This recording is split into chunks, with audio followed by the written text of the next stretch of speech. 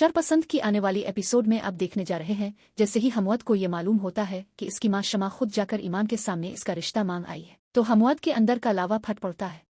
वो गुस्से से कांपते हुए अपनी माँ के सामने आ खड़ा होता है। हमवद चीखते हुए आपको किसने इजाजत दी थी कि आप जाकर ईमान से मेरा रिश्ता मांगे? मुझे इस लड़की से नफरत है। नफरत? मैं इसकी शक्ल तक नहीं देखना चाहता और आप मेरा रिश्ता वहां ले गई। शमा बेटे के गुस्से को देखकर भी नरमी का दामन नहीं छोड़ती। आंखों में नमी लिए आहिस्ता से कहती है, शमा बेटा, वही लड़की है जो तुम्हें ठीक कर सकती है, तुम्हें इस अंधेरे से बाहर निकाल सकती है जिसमें तुम खुद को कैद किए बैठे हो।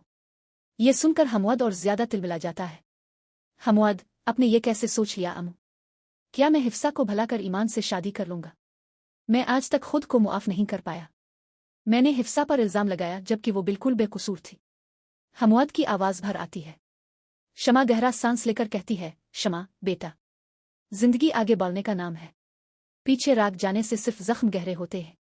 मगर हमवद इस वक्त कुछ सुनने को तैयार नहीं होता। वो गुस्से में कमरा छोड़कर चला जाता है। दूसरी तरफ जैसे ही ईमान घर पहुंचती है, इसके चेहरे की खुशी छुपाए नहीं छपती, आंखों में चमक, लबों पर मुस्कुराहट। फिरासत आगे बढ़कर पूछता है, फिरासत, ईमान बेटा क्या बात है? कहाँ गई थी? आज बहुत खुश लग रही हो। ईमान खुशी से बोल उठती है, ईमान अबू, आप सोच भी नहीं सकते आज मैं कितनी खुश हूं। आज मैं हमवद की अम्मू शमा आंटी से मिली थी। फिरासत हैरान हो जाता है। फिरासत, शमा, वो तुमसे क्यों मिले? ईमान जज्बात में डूबकर कहती है, ईमान, उन्होंने खुद मुझे बुलाया, मेरे सामने गिलगिला कर मुआफी मांगी और चाहती हैं कि मैं उनके बेटे से शादी कर लूं ताकि हमवद हिफ्सा की यादों से बाहर आ सके। ये सुनकर फिरासत के चेहरे पर फातिहाना मुस्कुराहट आ जाती है। वो ईमान का माथा चूम लेता है। फिरासत, देखा बेटा, मैंने कहा था ना, तुम्हारा बाप तुम्हें कभी रोने नहीं देगा। जिसने तुम्हें रालाया मैंने इसका अंजाम सबके सामने रख दिया। आवाज में सख्ती आ जाती है।